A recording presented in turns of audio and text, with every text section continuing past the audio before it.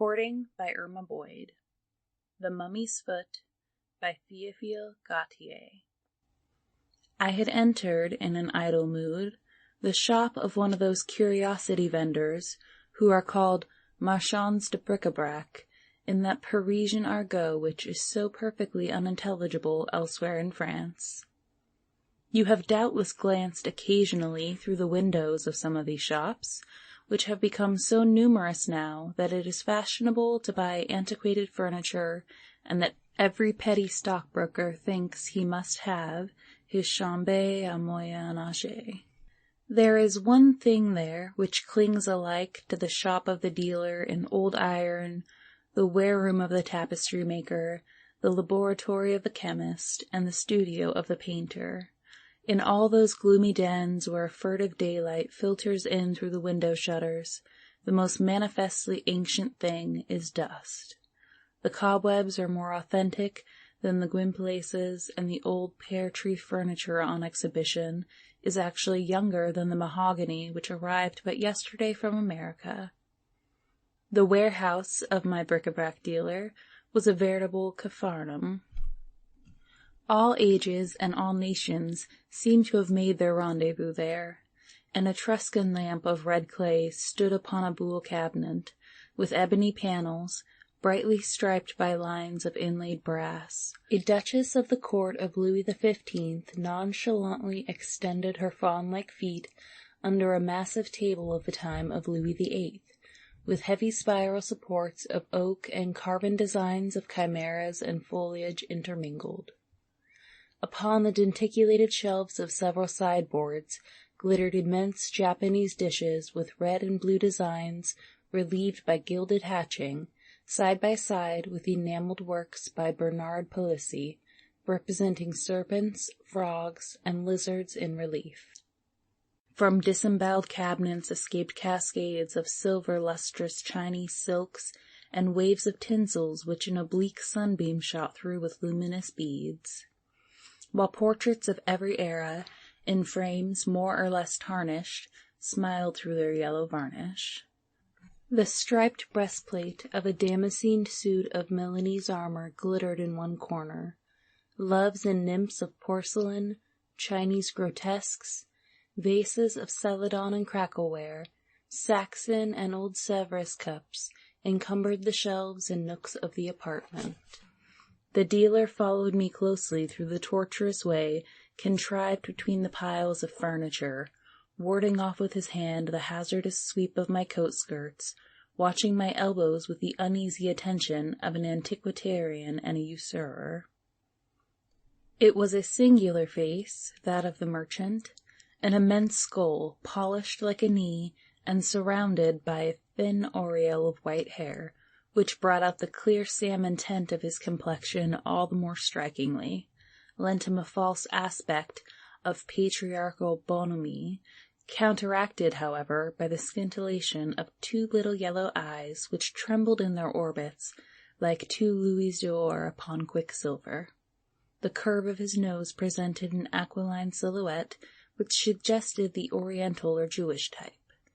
His hands, thin, slender, full of nerves which projected like strings upon the fingerboard of a violin, and armed with claws like those on the termination of a bat's wings, shook with senile trembling, but those convulsively agitated hands became firmer than steel pincers or lobster claws when they lifted any precious article, an onyx cup, a Venetian glass, or a dish of Bohemian crystal. This strange old man had an aspect so thoroughly rabbinical and cabalistic that he would have been burnt on the mere testimony of his face 3 centuries ago. "Will you not buy something from me today, sir? Here is a Malay crease with a blade undulating like a flame. Look at those grooves contrived for the blood to run along, those teeth set backwards so as to tear out the entrails in withdrawing the weapon. It is a fine character of ferocious arm, and will look well in your collection. This 2-handed sword is very beautiful. It is the work of Giuseppe della Hera, and this colishmard with its fenestrated guard. What a superb specimen of handicraft! No, I have quite enough weapons and instruments of carnage.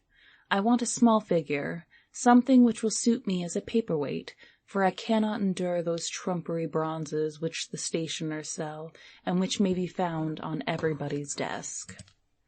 The old gnome foraged among his ancient wares, and finally arranged before me some antique bronzes, so called at least, fragments of malachite, little Hindu or Chinese idols, a kind of pusa toys in jade stone, representing the incarnations of Brahma or Vishnu, and wonderfully appropriate to the very undivine office of holding papers and letters in place.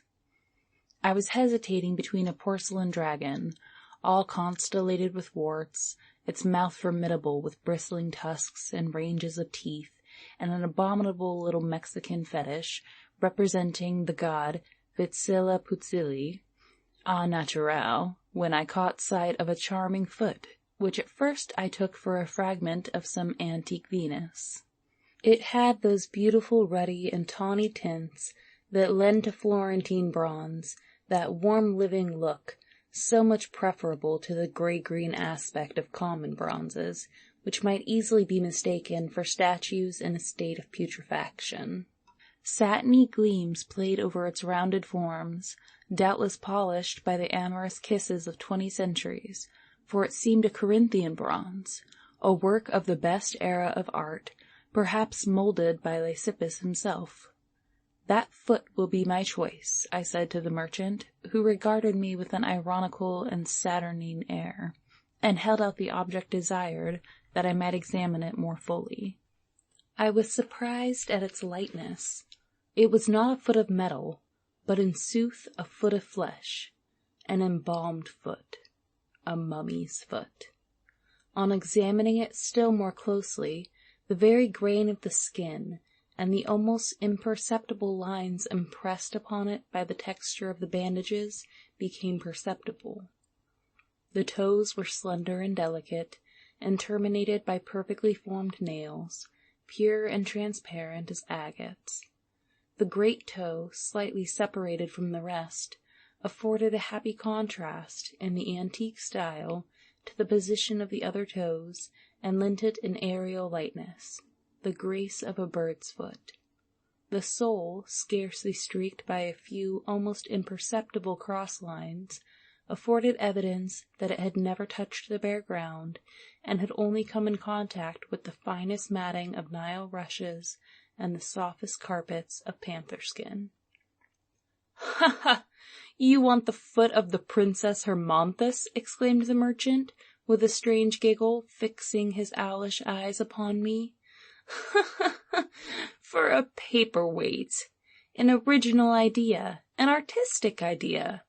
Old Pharaoh would certainly have been surprised had someone told him that the foot of his adored daughter would be used for a paperweight, after he had had a mountain of granite hollowed out as a receptacle for the triple coffin, painted and gilded, covered with hieroglyphics and beautiful paintings of the judgment of souls," continued the queer little merchant, half audibly, as though talking to himself. "How much will you charge me for this mummy fragment?" "Ah, the highest price I can get, for it is a superb piece. If I had the match of it, you could not have it for less than 500 francs. The daughter of a pharaoh! Nothing is more rare."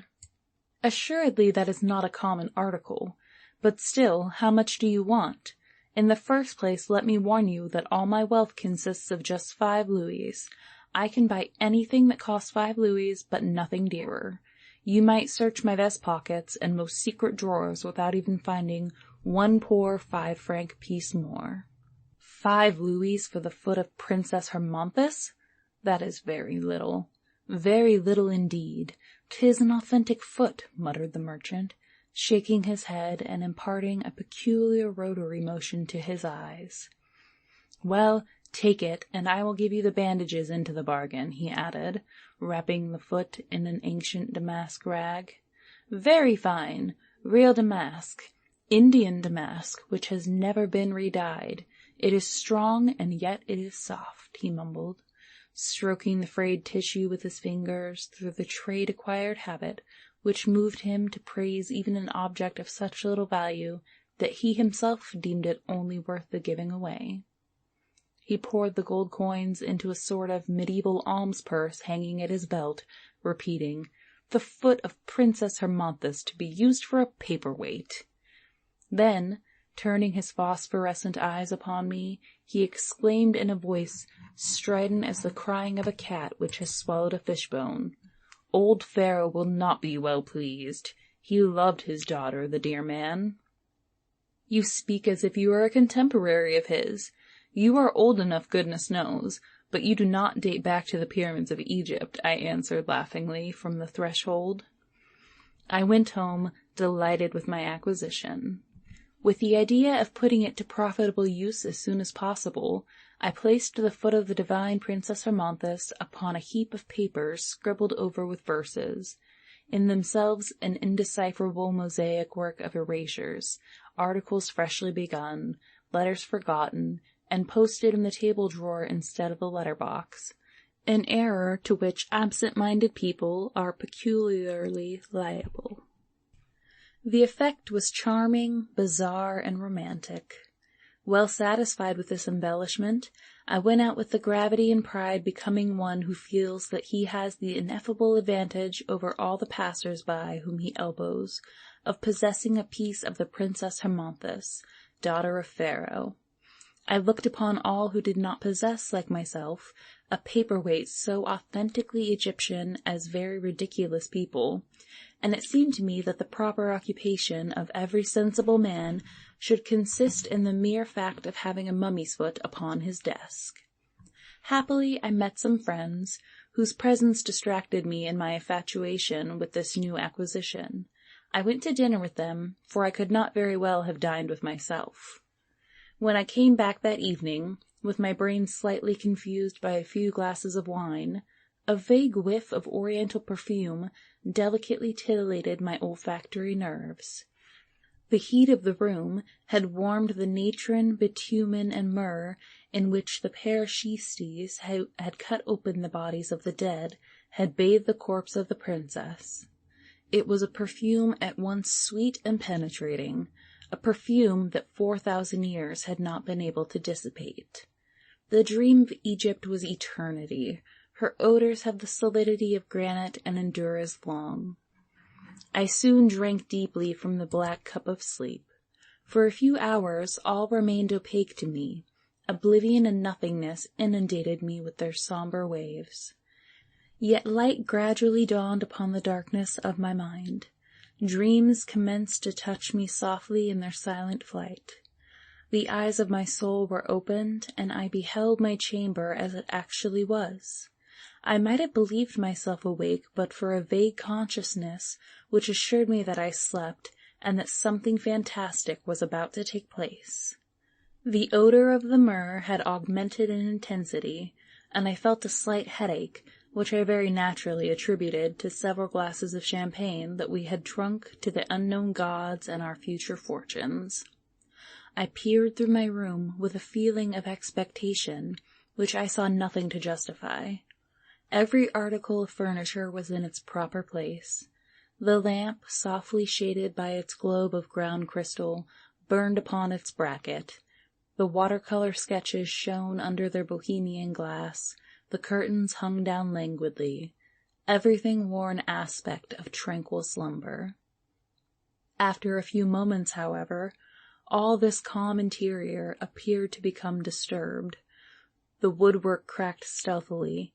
The ash-covered log suddenly emitted a jet of blue flame, and the discs of the pateras seemed like great metallic eyes, watching, like myself, for the things which were about to happen. My eyes accidentally fell upon the desk where I had placed the foot of the Princess Hermonthis. Instead of remaining quiet, as behoved a foot which had been embalmed for 4,000 years, it commenced to act in a nervous manner, contracted itself, and leaped over the papers like a startled frog. One would have imagined that it had suddenly been brought into contact with a galvanic battery. I could distinctly hear the dry sound made by its little heel, hard as the hoof of a gazelle. I became rather discontented with my acquisition. inasmuch as I wished my paperweights to be of a sedentary disposition, and thought it very unnatural that feet should walk about without legs, then I commenced to experience a feeling closely akin to fear. Suddenly I saw the folds of my bed curtains stir, and heard a bumping sound, like that caused by some person hopping on one foot across the floor. I must confess I became alternately hot and cold, that I felt a strange wind chill my back, and that my suddenly rising hair caused my nightcap to execute a leap of several yards. The bed curtains opened, and I beheld the strangest figure imaginable before me. It was a young girl of a very deep coffee-brown complexion, like the Bayadir Amani, and possessing the purest Egyptian type of perfect beauty. Her eyes were almond-shaped and oblique, with eyebrows so black that they seemed blue. Her nose was exquisitely chiseled, almost Greek in its delicacy of outline, and she might indeed have been taken for a Corinthian statue of bronze, but for the prominence of her cheekbones and the slightly African fullness of her lips, which compelled one to recognize her as belonging beyond all doubt to the hieroglyphic race which dwelt upon the banks of the Nile. Her arms, slender and spindle-shaped, like those of very young girls, were encircled by a peculiar kind of metal bands and bracelets of glass beads. Her hair was all twisted into little cords, and she wore upon her bosom a little idol figure of green paste, bearing a whip with 7 lashes, which proved it to be an image of Isis. Her brow was adorned with a shining plate of gold, and a few traces of paint relieved the coppery tint of her cheeks. As for her costume, it was very odd indeed. Fancy a panier or skirt, all formed of little strips of material, bedizened with red and black hieroglyphics, stiffened with bitumen, and apparently belonging to a freshly unbandaged mummy. In one of those sudden flights of thought so common in dreams, I heard the hoarse falsetto of the bric-a-brac dealer repeating like a monotonous refrain the phrase he had uttered in his shop with so enigmatical an intonation. "Old Pharaoh will not be well pleased. He loved his daughter, the dear man." One strange circumstance, which was not at all calculated to restore my equanimity, was that the apparition had but 1 foot. The other was broken off at the ankle. She approached the table where the foot was starting and fidgeting about more than ever, and there supported herself upon the edge of the desk. I saw her eyes fill with pearly, gleaming tears. Although she had not as yet spoken, I fully comprehended the thoughts which agitated her. She looked at her foot, for it was indeed her own, with an exquisitely graceful expression of coquettish sadness, but the foot leaped and ran hither and thither, as though impelled on steel springs. Twice or thrice she extended her hand to seize it, but could not succeed. Then commenced between the Princess Hermonthis and her foot, which appeared to be endowed with a special life of its own, a very fantastic dialogue in a most ancient Coptic tongue, such as might have been spoken 30 centuries ago in the syrinxes of the land of Sur. Luckily, I understood Coptic perfectly well that night.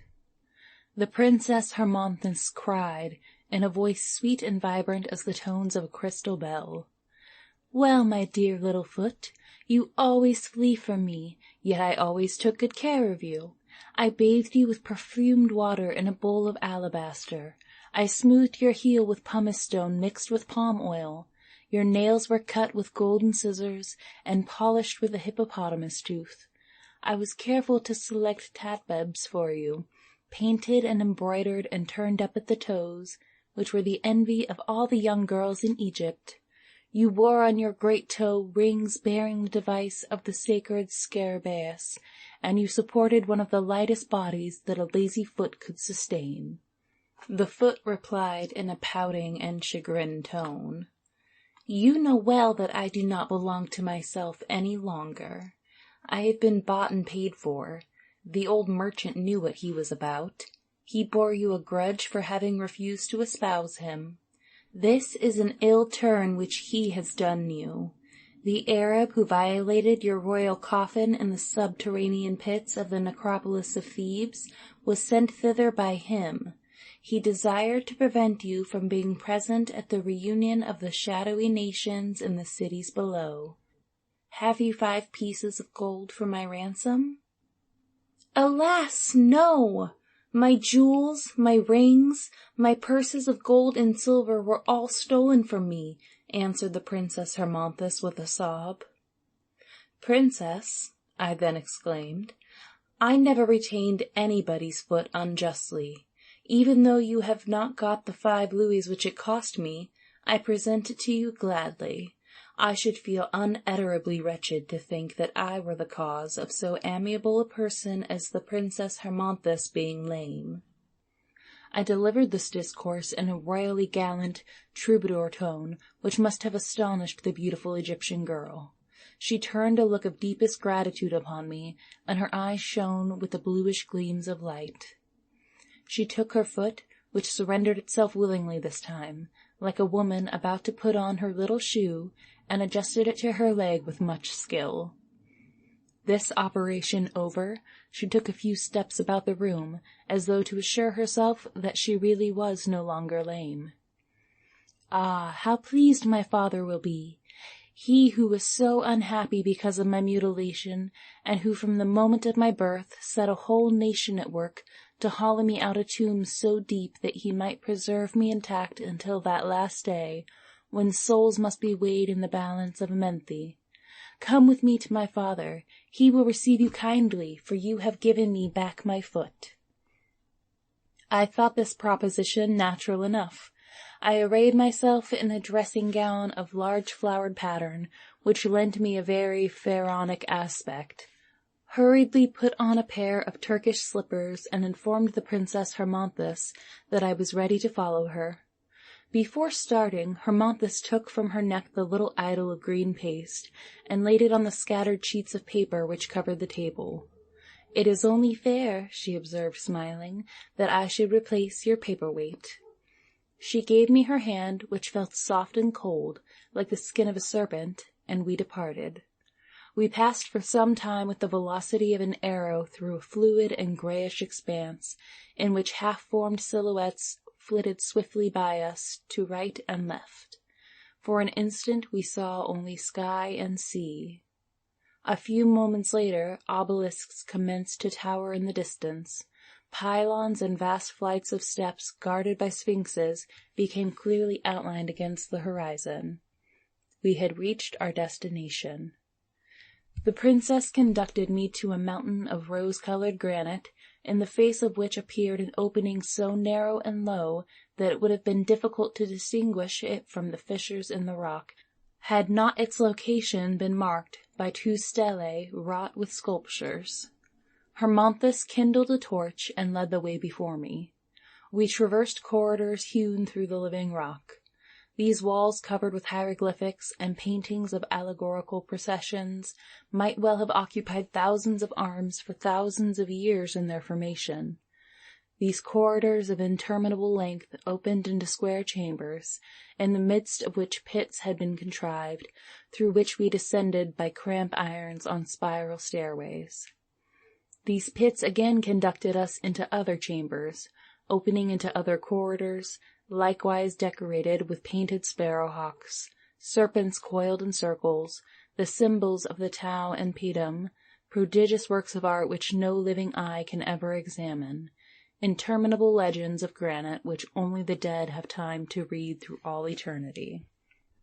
At last we found ourselves in a hall so vast, so enormous, so immeasurable, that the eye could not reach its limits. Files of monstrous columns stretched far out of sight on every side, between which twinkled livid stars of yellowish flame, points of light which revealed further depths, incalculable in the darkness beyond. The Princess Hermonthis still held my hand, and graciously saluted the mummies of her acquaintance. My eyes became accustomed to the dim twilight, and objects became discernible. I beheld the kings of the subterranean races, seated upon thrones, grand old men, though dry, withered, wrinkled like parchment, and blackened with naphtha and bitumen, all wearing shents of gold and breastplates and gorgets glittering with precious stones, their eyes immovably fixed like the eyes of sphinxes, and their long beards whitened by the snow of centuries.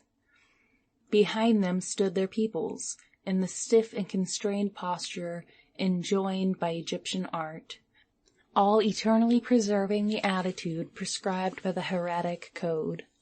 Behind these nations, the cats, ibexes, and crocodiles contemporary with them, rendered monstrous of aspect by their swathing bands, mewed, flapped their wings, or extended their jaws in a saurian giggle.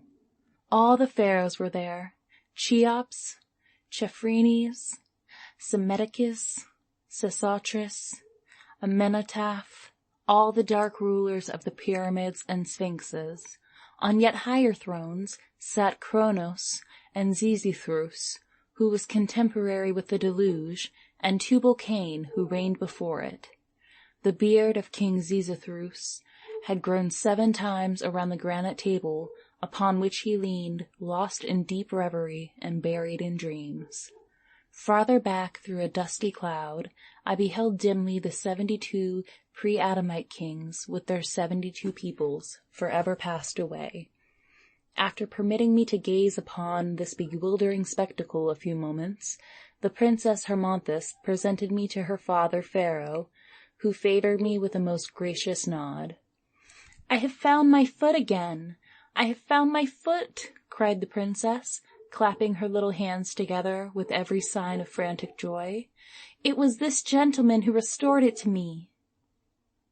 The races of Chemi, the races of Nahasi, all the black, bronzed, and copper-colored nations repeated in chorus, "The Princess Hermonthis has found her foot again." Even Xixouthros himself was visibly affected. He raised his heavy eyelids, stroked his mustache with his fingers, and turned upon me a glance weighty with centuries. "By Oms, the dog of hell, and Tmei, daughter of the sun and of truth, this is a brave and worthy lad," exclaimed Pharaoh, pointing to me with his scepter, which was terminated with a lotus flower. "What recompense do you desire?" Filled with that daring, inspired by dreams in which nothing seems impossible, I asked him for the hand of the Princess Hermonthis. The hand seemed to me a very proper antithetic recompense for the foot. Pharaoh opened wide his great eyes of glass in astonishment at my witty request. "What country do you come from? What is your age?" "I am a Frenchman, and I'm 27 years old, venerable Pharaoh." 27 years old, and he wishes to espouse the Princess Hermonthis, who is 30 centuries old, cried out at once all the thrones and all the circles of nations. Only Hermonthis herself did not seem to think my request unreasonable. "If you were even only 2,000 years old," replied the king, "I would willingly give you the princess, but the disproportion is too great. And besides, we must give our daughters husbands who will last well. You do not know how to preserve yourselves any longer. Even those who died only 15 centuries ago are already no more than a handful of dust. Behold, my flesh is solid as basalt, my bones are bones of steel. I will be present on the last day of the world with the same body and the same features which I had during my lifetime. My daughter Hermonthis will last longer than a statue of bronze. Then the last particles of your dust will have been scattered abroad by the winds, and even Isis herself, who was able to find the atoms of Osiris, would scarce be able to recompense your being. See how vigorous I yet remain, and how mighty is my grasp," he added, shaking my hand in the English fashion, with a strength that buried my rings in the flesh of my fingers. He squeezed me so hard that I awoke, and found my friend Alfred shaking me by the arm to make me get up. "Oh, you everlasting sleeper! Must I have you carried out in the middle of the street and fireworks exploded in your ears? It is afternoon. Don't you recollect your promise to take me with you to see M. Aguado's Spanish pictures?" "God! I forgot all about it, I answered, dressing myself hurriedly. We will go there at once. I have the permit lying there on my desk. I started to find it, but fancy my astonishment when I beheld, instead of the mummy's foot I had purchased the evening before, the little green paste idol left in its place by the Princess Hermonthis. End of The Mummy's Foot. Recording by Irma Boyd.